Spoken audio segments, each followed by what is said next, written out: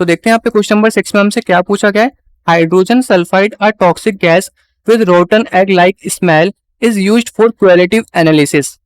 तो जो हमारे यहाँ पे हाइड्रोजन सल्फाइड है, ये हमारे यहाँ पे क्या है, एक तरह का टॉक्सिक गैस है, हानिकारक गैस है, और इसकी जो यहाँ पे स्मेल है वो यहाँ पे सड़े हुए अंडे जैसी आती है। एंड ये हमारे यहाँ पे क्वालिटेटिव एनालिसिस में यूज किया जाता है। जो हमारे यहाँ पे क्वालिटेटिव एनालिसिस होता है, ये हमारे यहाँ पे क्या करता है, ये हमारे यहाँ पे नॉन न्यूमेरिकल इन्फॉर्मेशन प्रोवाइड करते हैं, जैसे कि हमारे यहाँ पे कौन सी गैस रिलीज हो रही है एंड यहाँ पे कौन सा कलर चेंज हो रहा है। इस तरीके के चेंजेस को जो हम यहाँ पे देखते हैं वो हम यहाँ पे क्वालिटेटिव एनालिसिस में देखते हैं। इसके आगे यहाँ पे क्या लिखा है, if the solubility of hydrogen sulphide in water at HTP, हमारे यहाँ पे क्या स्टैंडर्ड टेम्परेचर एंड प्रेशर। तो solubility of water sulphide in water हमें यहाँ पे कितना गिवन है, 0.195 मोलैलिटी गिवन है, क्योंकि यहाँ पे स्मॉल m से डिनोट किया गया है। एंड स्मॉल m से हम यहाँ पे किसको डिनोट करते हैं, मोलैलिटी को डिनोट करते हैं। इसके बाद हमें यहाँ पे क्या निकालना है, हेनरीज लॉ कांस्टेंट निकालना है। तो करते हैं यहाँ पे इसको सॉल्व।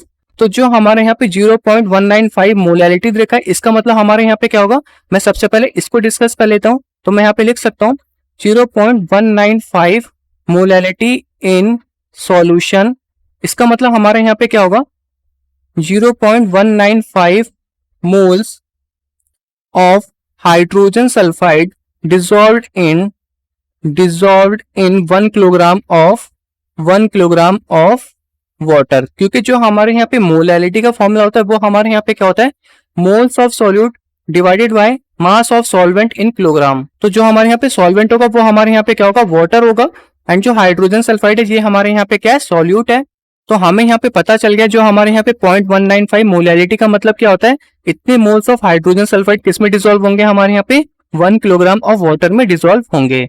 अब मैं यहाँ पे वाटर के मोल्स निकाल लूंगा, क्योंकि हमें यहाँ पे हाइड्रोजन सल्फाइड के मोल्स तो पता है, जो कि हमारे यहाँ पे कितने 0.195 मोल्स है। अब मैं यहाँ पे वाटर के मोल्स निकाल लेता हूँ। मैं यहाँ पे लिख दूंगा moles of water. Moles of water हमारे यहाँ पे कितना हो जाएगा, 1000 ग्राम इसका मास था, डिवाइडेड बाय हमारे यहाँ पे क्या होता है, मोलर मास होता है। इसका जो फॉर्मूला होता है वो हमारे यहाँ पे क्या होता है, मास अपॉन मोलर मास। तो वाटर का मोलर मास हमारे यहाँ पे क्या होगा, इससे पहले हमें इसका फॉर्मूला पता होना चाहिए, जो कि हमारे यहाँ पे क्या होता है, H2O होता है। हाइड्रोजन का यहाँ पे क्या होता है, मास 1 होता है। तो यहाँ पे 2 हाइड्रोजन दे रखे, तो यहाँ पे इसका मास 2 हो जाएगा। एंड ऑक्सीजन का 16 मिला के यहाँ पे कितना हो जाएगा, 18 ग्राम पर मोल आ जाएगा। अब मुझे यहाँ पे सिंपल दोनों को क्या करना है, डिवाइड करना है। एंड यूनिट हमारे यहाँ पे किस में आएगी, मोल में आएगी। तो यहाँ पे 1000 से डिवाइड करेंगे तो ये हमारा सिंपल कितना आ जाएगा, 55.55। ऐसे यहाँ पे रिपीट होता रहेगा। हमें यहाँ पे क्या निकालना था, हेनरीज लॉ कांस्टेंट निकालना था। एंड इसका फॉर्मूला हमारे यहाँ पे क्या होता है, pressure of gas is directly proportional to the mole fraction of the gas, जिसको हम यहाँ पे एक्स से डिनोट करते हैं। एंड यहाँ पे हमारा क्या होगा, हेनरीज लॉ कांस्टेंट निकल के आएगा, जिसको हम यहाँ पे KH बोलते हैं। And multiply by mole fraction. ये हमारे यहाँ पे क्या है, हेनरीज लॉ कांस्टेंट है, ये हमारे यहाँ पे प्रेशर है, एंड ये हमारे यहाँ पे मोल फ्रैक्शन है। तो हमें यहाँ पे मोल फ्रैक्शन निकालना पड़ेगा इस फॉर्मूले में यूज करने के लिए। तो मैं यहाँ पे मोल फ्रैक्शन किसका निकालूंगा, हाइड्रोजन सल्फाइड का निकालूंगा। तो मैं यहाँ पे लिख देता हूँ मोल फ्रैक्शन ऑफ हाइड्रोजन सल्फाइड। इसका फॉर्मूला हमारे यहाँ पे क्या होता है, moles of hydrogen sulphide divided by moles of hydrogen sulphide plus moles of water. या कह सकते हैं ऊपर हमारे यहाँ पे मोल्स ऑफ सॉल्यूट होता है, हाइड्रोजन सल्फाइड हमारे यहाँ पे सॉल्यूट है, डिवाइडेड बाय हमारे यहाँ पे क्या होगा, moles of solute plus solvent. तो सबसे पहले मैं यहाँ पे क्या करूंगा, मोल्स लिख लूंगा, ऊपर 0.195 मोल्स, जो कि हमारे यहाँ पे क्या है, हाइड्रोजन सल्फाइड के मोल्स हैं, डिवाइड बाय ये हमारे यहाँ पे क्या हो जाएगा, moles of hydrogen sulphide plus हमारे यहाँ पे वाटर के मोल्स आ जाएंगे, जो कि हमारे यहाँ पे कितना है, 55.55 मोल है। अब हमें यहाँ पे दोनों को ऐड करके इससे डिवाइड कर देना है। तो यहाँ पे मैं सबसे पहले ऐड कर देता हूँ। हमें यहाँ पे 0.195 में किसको ऐड करना है, 55.55 को।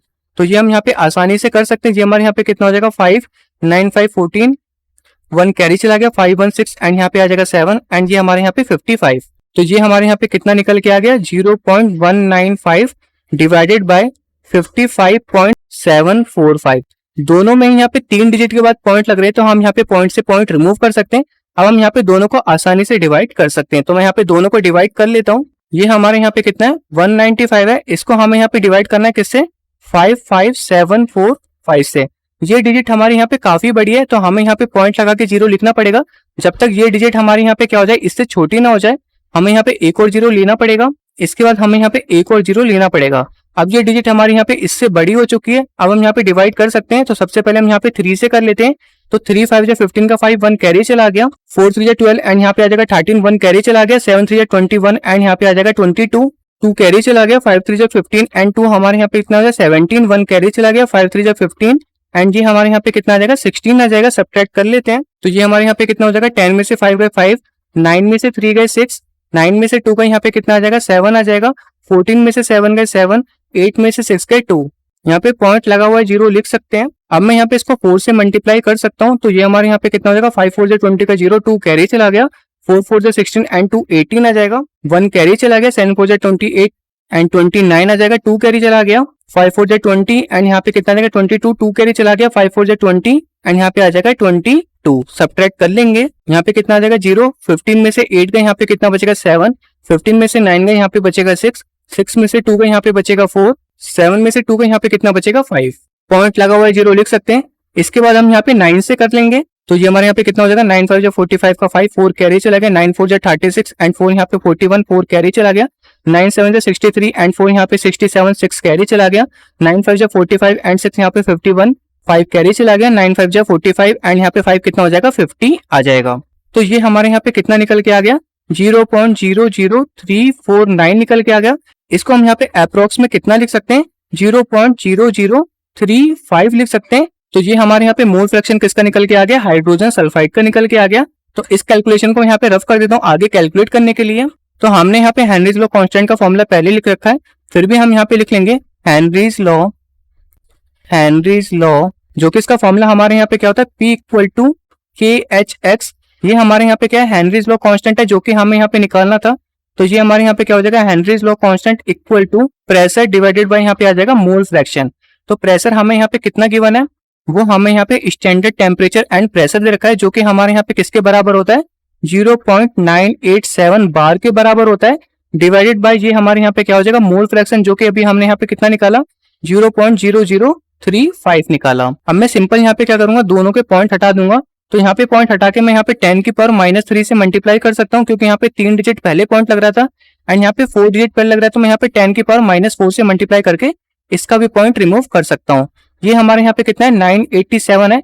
इसको हमें यहाँ पे किससे डिवाइड कर लेना है 35 से डिवाइड कर लेना है। तो सबसे पहले मैं यहाँ पे 2 से करूंगा तो यहाँ पे कितना आ जाएगा 70 आ जाएगा। यहाँ पे कितना बचा 8, 9 में से 7 गए 2 बचा, यहाँ से 7 उतार लेंगे। इसके बाद हम यहाँ पे 8 से कर सकते हैं, 8 5 जा 40 का 0, 4 कैरी चला गया, 8 3 जा 24 एंड यहाँ पे 4 कितना हो जाएगा 28 हो जाएगा। यहाँ पे हमारा कितना बचा 7 बचा। पॉइंट लगा के हम यहाँ पे 0 लिख सकते हैं। इसके बाद हम यहाँ पे 2 से करेंगे तो ये हमारा पूरी तरीके से कट जाएगा। तो जो हमारे यहाँ पे फाइनल आंसर है वो हमारे यहाँ पे कितना आ जाएगा 28.2 -4 हमारे यहाँ पे ऊपर जाएगा तो पॉजिटिव का 4 होगा, पॉजिटिव का 4 माइनस का 3 हमें यहाँ पे 10 से मल्टीप्लाई कर देना है। तो ये हमारे यहाँ पे कितना निकल के आ जाएगा 282 बार निकल के आ जाएगा क्योंकि हम यहाँ पे क्या निकाल रहे थे हेनरीज लॉ कांस्टेंट निकाल रहे थे एंड इसकी वैल्यू हमारे यहाँ पे किस में आती है बार में निकल के आती है। तो यही हमारे यहाँ पे क्या होगा फाइनल आंसर निकल के आ जाएगा। होप आपको समझ में आ गया होगा। अब हम चलते हैं अपने नेक्स्ट क्वेश्चन की तरफ।